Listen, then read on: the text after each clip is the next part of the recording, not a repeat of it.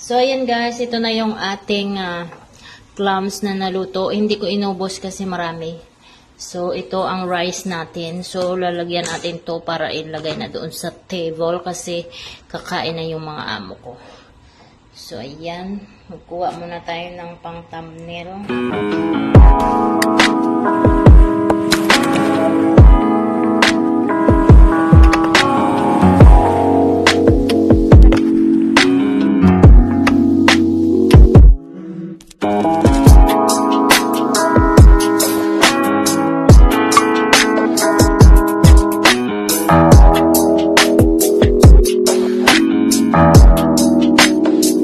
Guys, pupunta tayo ng palengke. Bibili tayo ng ating mauulam. Ulam sa buong isang linggo. Teka lang.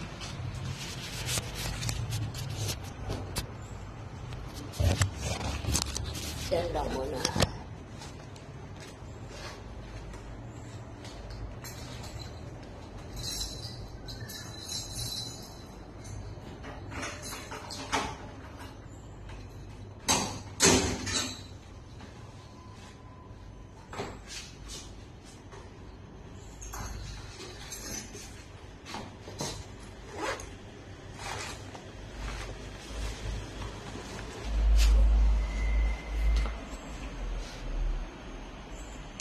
May tigyawat kasi ito guys. Kaya nilagyan ko ng gamot. Yung mga halaman namin. Diba green na green.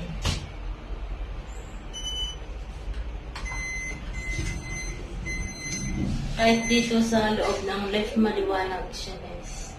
Hindi katulad sa isa kong cellphone dati na madilim kahit may ilaw.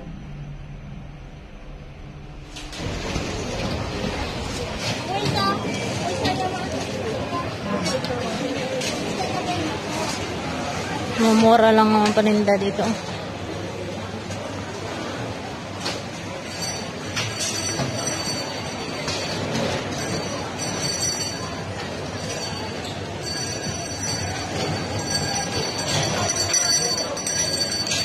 Sampo.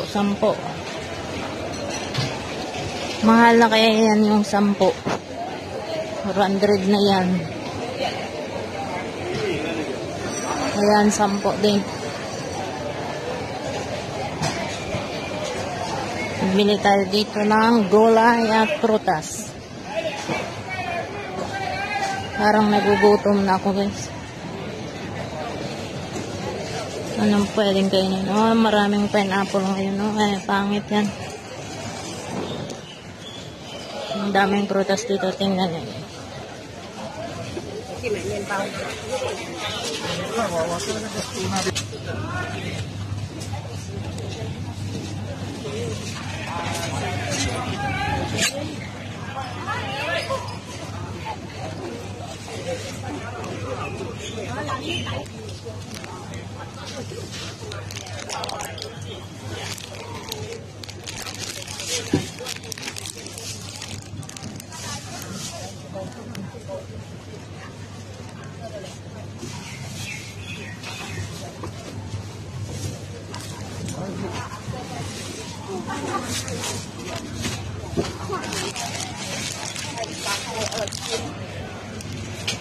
So may buko dito.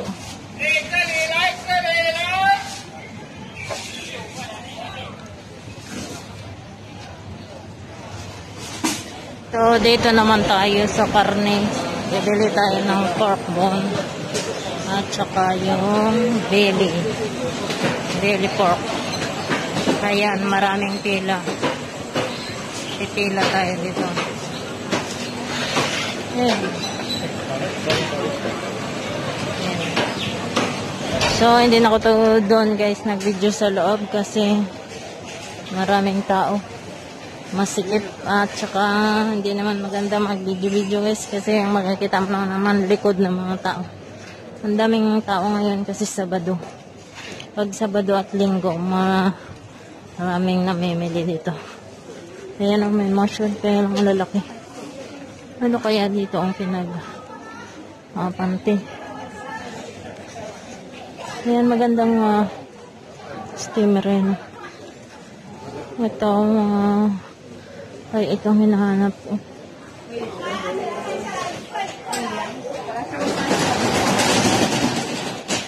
Ewan, walang item.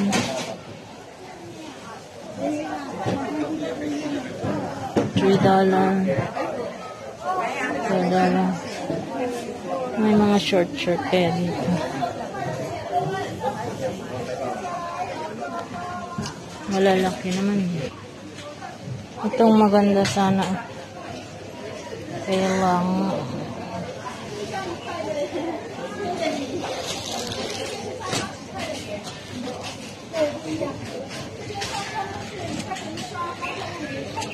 Naghahanap ko.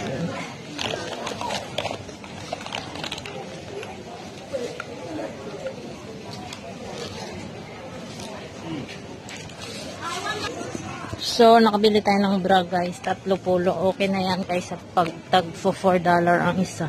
So guys, nandito na ako sa bahay. Kakarating lang natin. At saka ang sakit ng balikat ko. Ang dami kong kasing napili. Akala ko konti lang bibiliin ko. Yun pala na parami. So, ayun. So, papakita ko na sa inyo kung ang mga binili natin. So, siyempre, bumili tayo ng bumili tayo ng tinapay dahil wala tayong tinapay dito. Saka itong sweet juicy whole kernel. So, lalagay natin to sa ating gagawin. Itong pineapple, lagay natin to sa humba natin.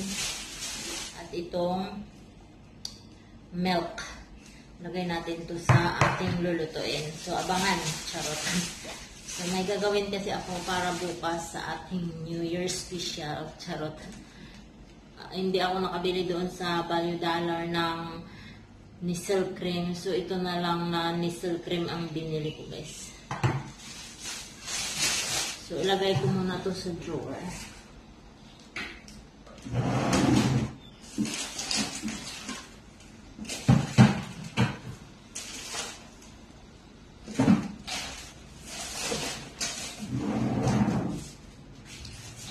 Nagugutom na ako guys, kakain muna ako ng tinapay. Ito, may tinapay tayo dito.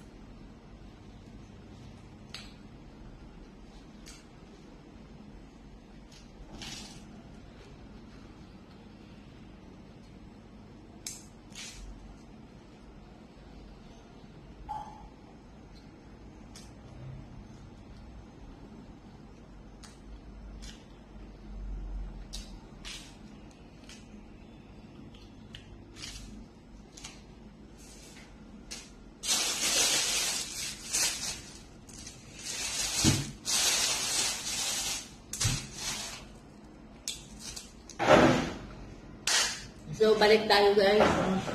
Uminom muna tayo. So, bumili rin ako nito.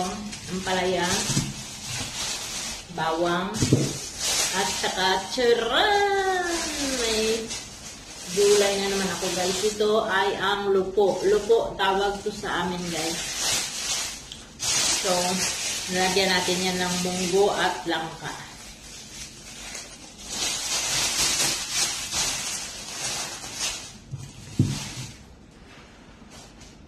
And then, nakabili ako guys ng ating mga bra. At lupulo lang naman to siya. So, wala na ako kasing pambahay na bra. So, ito ang binili natin. Kasi, pag tumatagal siya guys, nag-i-stretch siya. So, kayang-kaya niya naman ang aking, dito, anong tawag dito? Tatlong binili ko kasi 30 siya. 30 siya. So, ayan. Ang isang style ganyan. Ganyan ang style ng isa, guys. Malambot siya, hindi siya mainit. So ito, kaso ito lace siya, guys, o lace. Sana hindi makati. Tsaka yung isa is ito. May adjustable siya, ayan. So, sana hindi rin to makati kasi pag nagsusuot ko na may ganito, guys, makati. Kinakati ako. Anong tawag doon? Makati yung yung paglapat sa likod ko. So, ayan, may pambahay na tayo. And next, meron tayong itlog. Ayan. 10 piraso lang ang binibili ko, guys, kasi hindi naman nila ito nauubos.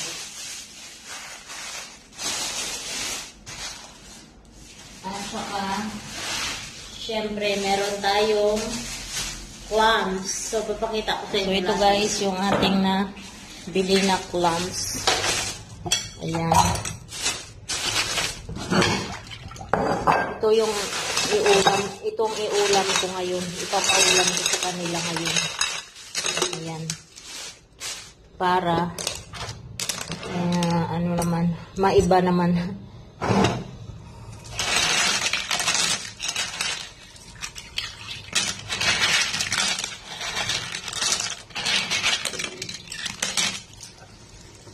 Tapos, meron pa ako ditong bean sprout. Tsaka itong isda natin. So, yan ang isda ko, guys. Sibas ko siya, pang-stem. Pang-stem siya. Mahilig naman yung amo ko sa stem. O, di, yan ang binili natin. Ayan, 2 piraso, $7.50 lang yan. 7.50 lang. Okay na yan hanggang sa sunod na linggo. And then, meron pa dito akong karne ng baboy. So, ito, nakabili tayo ng pork bone. Soft to siya na bone, guys, kasi masarap pag soft. Pag matigas kasi, guys, hindi nila kinakain yung laman. At saka itong ating gawin natin to siya, guys, bili. Ay, ano tawag doon? Lechon. Ililechon natin yan, guys, sa oven. So, ayan. So, maglilinis muna na tayo nito. So, ayun, guys, maglilinis muna tayo dito ng ating mga tawag dito. Pinamili. So, ito hatiin mo lang siya dahil anong tawag dito? Ang binili ko natin na kain, guys, na pork bone is pang lagay natin sa sauce.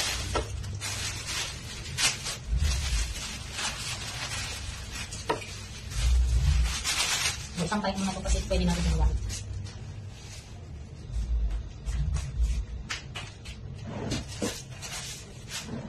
So, hati-hatiin ko muna ito yung ating kanin natin, guys.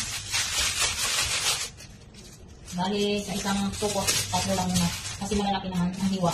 Ayaw na nila yung malalaki ang hiwa pag kinakain. So, hatiin na natin yan pag niluto na natin. So, ayan. Bali, napaano siya, guys. Naka-3 tukot siya. Ayan. Tigka-4 na piraso. Pwede na yan. At saka ito, ang ating, may mataba. Puro taba. Maganda nakuha ko, guys. Puro taba. So, igawin ko lang kung tumba, guys. Kasi gusto naman nila yan ng amo ko. So, hatiin ko muna.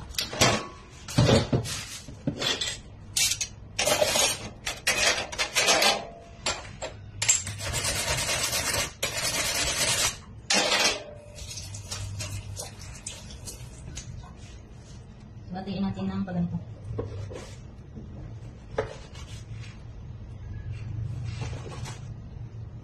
Medyo makapal yung taba ang nakuha ko. So, di bali, ito na lang ang ating lutuin na humba. Tapos ito, pang sawag-sawag na lang natin sa gulay. Kasi yung mataba siya, guys, wala ng laman. Kunti lang naman yun. Yan. Ano lang natin ito. Ang sahog-sahog. So, wala tayong suko. Yan.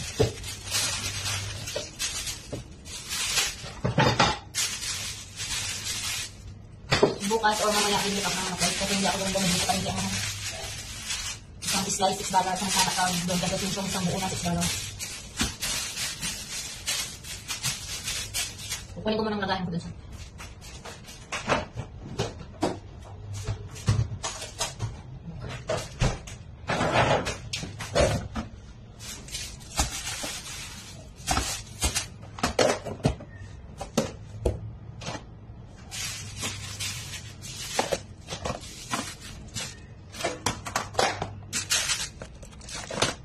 So, ito na ang ating ilagay sa rep. Tapos, ito pa yung ating isda. So, ito siguro sa Lunes. Kasi magluluto ako ng humba bukas.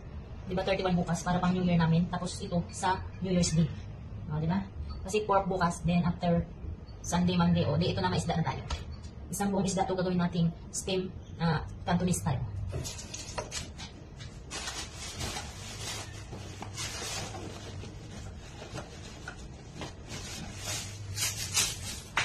Wala akong napaglayan na ilagay ko lang muna dito sa plastic. Ilagay doon sa rep. So, ito, maghiwa muna tayo dito guys ng pangsahog natin sa ating curry. Gawin ko tong clams curry. Seafood curry ito guys. Kaya lang clams lang ang laman.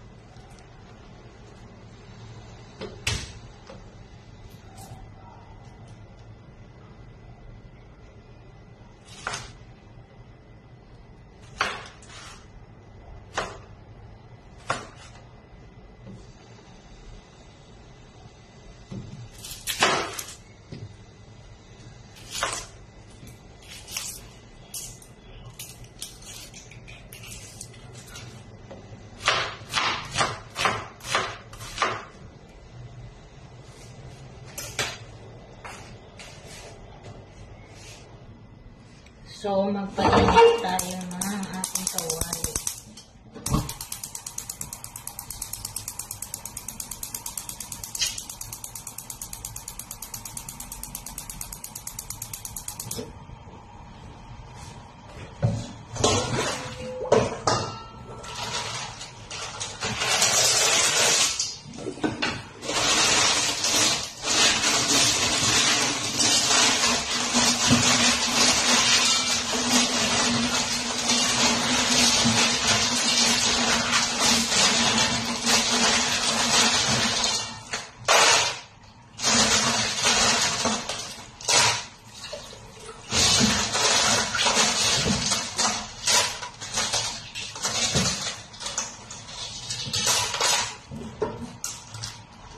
So, ilagay muna natin dito guys.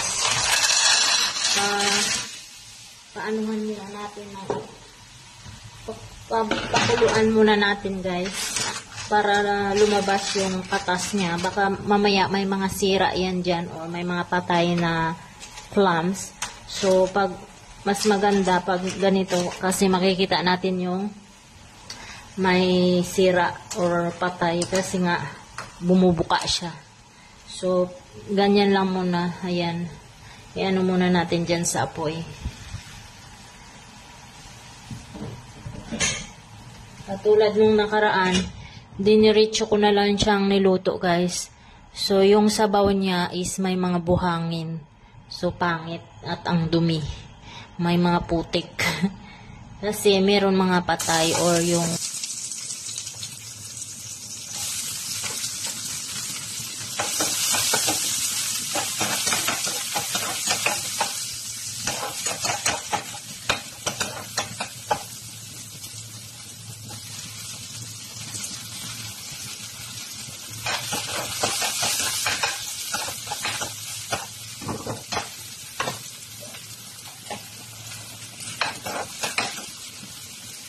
pwede na natin ilagay ang ating shells.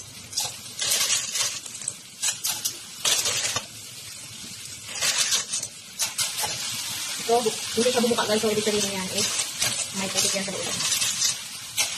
Or patay.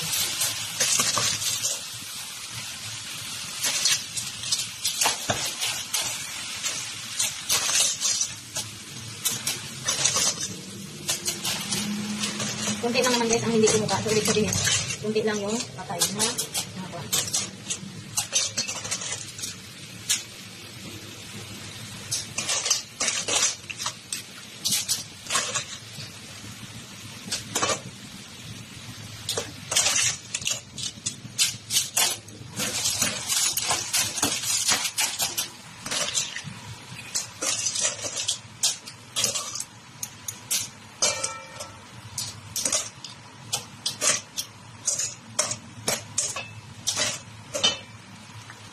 Tulad nito guys, so walang laman. Minsan putik ang laman yan. Ayan, walang laman. So, ibig sabihin mga patay na yan. Ayan, may putik siya. Ayan, may putik din. So, ibig sabihin nito guys is, putik ng ang yan, patay o ang walang laman. So, tingnan nyo madumi ang tubig niya. So, pag hindi natin ginanyan guys, hindi na maghalo sa ating katawan. So, ngayon pwede na natin tulagyan ng curry. Yung curry na ginagamit ko na ito guys, seafood ko siya. Siyempre, lagyan natin ng pampalasa. At kunting asin. So, dahil tuyo na yan, pwede natin lagyan ng tubig. Dalo-halo na lang yung lasa nila yan, guys. Maliit ito yung kawali pinili. Ipakulo na natin ulit mga 5 minutes. 5 to 8 minutes para maluto ang ating lagay ng mga sahog. Lagyan pa natin ito mamaya ng guys. Dalawang cup lang ang lagay ko na tubig. So, ayan guys, ito na yung ating clams na naluto. Hindi ko inubos kasi marami. So, ito ang rice natin. So, lalagyan natin to para ilagay na doon sa table kasi kakain na yung mga amo ko. So, ayan. Magkuha muna tayo ng pang thumbnail. So, ayun guys, hanggang dito na lang muli ang ating video. Maraming salamat. Hanggang sa muli. Please don't forget to subscribe my channel, Kitalans Vlog. Follow nyo na rin ako sa Facebook page ko, Kitalans Vlog. So, yun lang. Maraming salamat. Hanggang sa muli. Bye!